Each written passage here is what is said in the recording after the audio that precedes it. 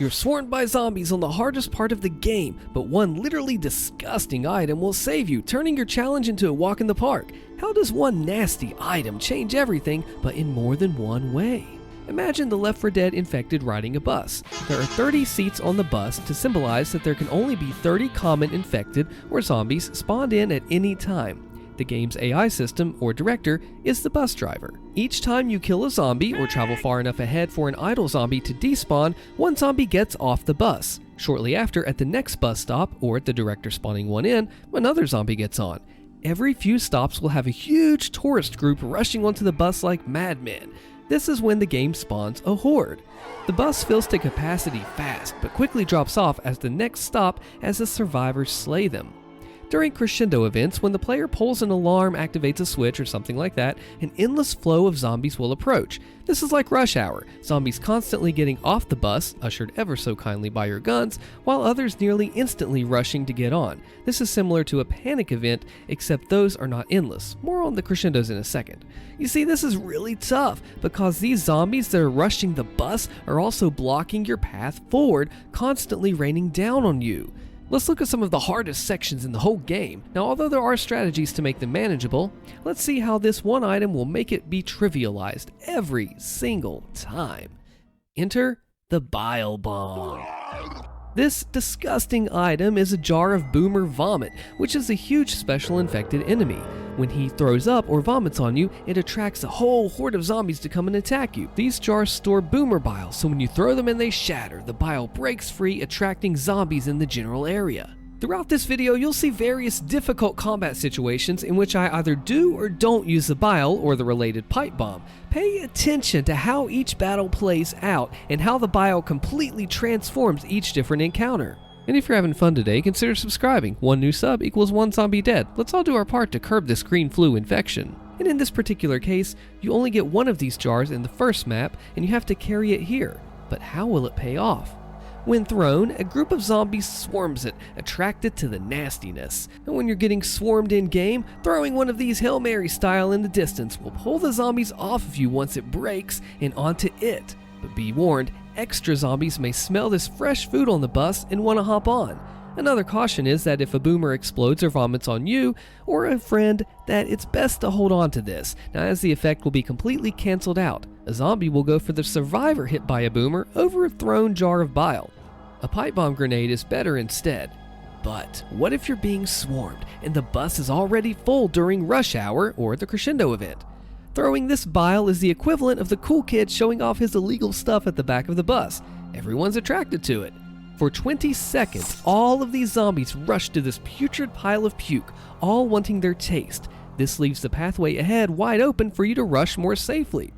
But don't shoot them. Let the zombies live. Wait a second, hold on. Don't shoot zombies? Am I crazy? No, not at all. It's genius. And here's why. This is the most beautiful part of the puke, a sentence I never thought I'd say.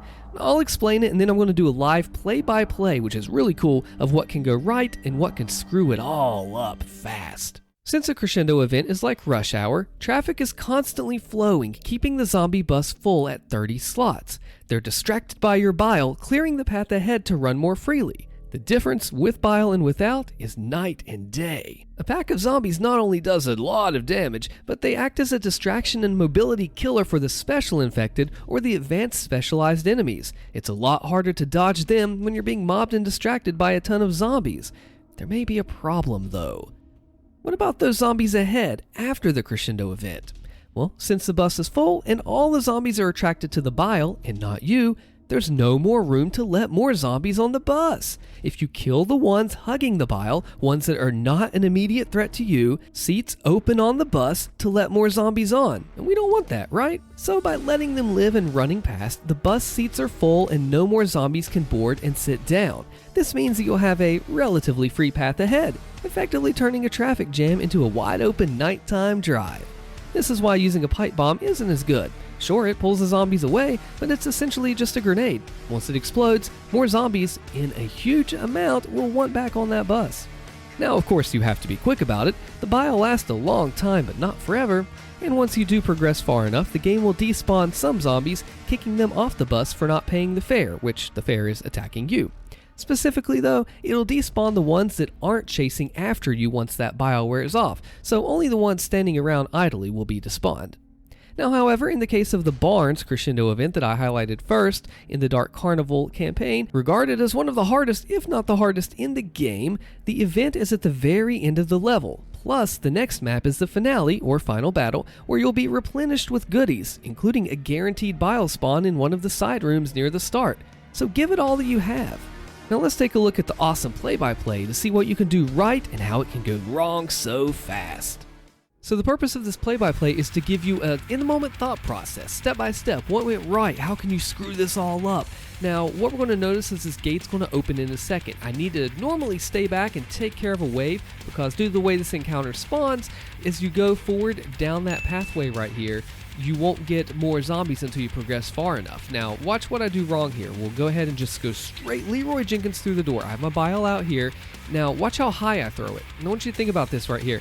As I throw it way high in the sky, think about the travel time that bile is going to take going through the air. It's not exploding. Until it explodes is when the effect happens. So all that aerial travel time, waiting for this thing to just explode on the zombies. Like, holy crap, it's like a football I threw it.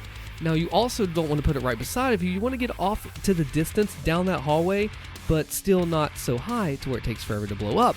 Now, as you see here, it does explode and all the zombies are flooding down the way. Remember, don't kill them because we want to keep that bus full when it hits into that station at that bus stop. You have to kill the spitter, of course. Now watch the bot screw this up. I want you to pay real close attention to see the pack of, I don't even know how many zombies are in there, right? So watch the exit. That's the exit directly in front of us. The bots, see how it's wide open? It's clear right now. But watch the bots kill off some of these zombies and how much this exit begins to flood open. There they go. They're on coach. Boom. It begins to flood open again. And ideally, if I would keep those zombies dead, we wouldn't be dealing with as much of that. Now, 20 seconds on a bile, so you do have to be quick. Maybe the time was starting to run a little bit low. As you see, it was able to make it to the safe room, and now we got to look at some awesome finales. Pretty cool, huh? Well, seeing this, we know that these work for crescendo events, but what about the final battles? Sometimes when it's not just a straight shot run and gun, when 20 seconds isn't enough. Enter the finale. Standard holdout finales like the Dark Carnival concert can be life-saving with a bile. That's when you have to defeat a certain amount of waves of enemies as you wait for the rescue vehicle. The bile makes them pile up and you can kill them easily, so it's still awesome. But its shining moment is very useful during the rush to the escaped vehicle, on Dark Carnival especially. When you've defeated all the waves of enemies, endless waves of tank boss spawns, which I'll talk more in a moment, and the infected horde will rush you. Now, if you're unlucky, the tank can spawn on the side that the helicopter lands at, which is your escape vehicle, which means that if you're unlucky, you have to push through a horde, a tank boss, and the special infected to get to the helicopter. Using the bile during that last section can help take out one of those threats for a short time. Now, biles are generally the best when you've got to keep moving forward or you need breathing room to recuperate. Now, 20 seconds is enough time to fully heal 4 people one after the other. 5 seconds per heal, 20 seconds total, and each person can carry 1 bile for 80 seconds. However, in finales like Dead Center's Atrium, where the goal is to find the gas cans around the map and load them into the car, you'll have endless waves until you finish this objective. You get 2 waves of zombies, then a wave of the tank boss enemy, which is fairly standard procedure for finales. But what you can do is genius, and also greatly helps you get the difficult achievement called pole position. There are several bile jars, sometimes not always, as Left 4 Dead has a dynamic enemy and item system, and they're scattered by some of the gas cans in pairs. When a horde of infected comes, you throw a bile and leave it there. Then, pick up the next one if you can. With 4 teammates, like I said, 4 biles, or up to 1 minute and 20 seconds of time. But wait, the objective is different in that you're not trying to rush through the end by that 20 seconds per throw, but you are buying time and space to fill that car with gas so you aren't being mobbed as much. But wait, there's more. To recall the late great Billy Mays, who died in 2009, the same year that Left 4 Dead 2 was released, you're also delaying the tank boss spawn because he only comes after every 2 waves of regular horde. Therefore, the longer you leave the horde alive, the longer it takes for him to spawn. Now, you'll still have the special infected to deal with, but without commons, it's easier to focus fire them down. You're temporarily neutralizing their threat, and you can safely keep them alive, at least for a little while. you get the pole position achievement for filling up the car with gas and escaping before the first tank spawns. So, not only do you get help toward essentially a speedrun style achievement, you get yourself covered while you do the objective and buy time to delay a boss spawn. So I guess the bile really is like a real bus, because sure, you don't get a free ride through the park, but if you throw up in the aisles, people aren't going to want to sit next to you, right? Since you like this, check out my video on the Left 4 Dead community and what everybody seems to miss. Thanks for watching.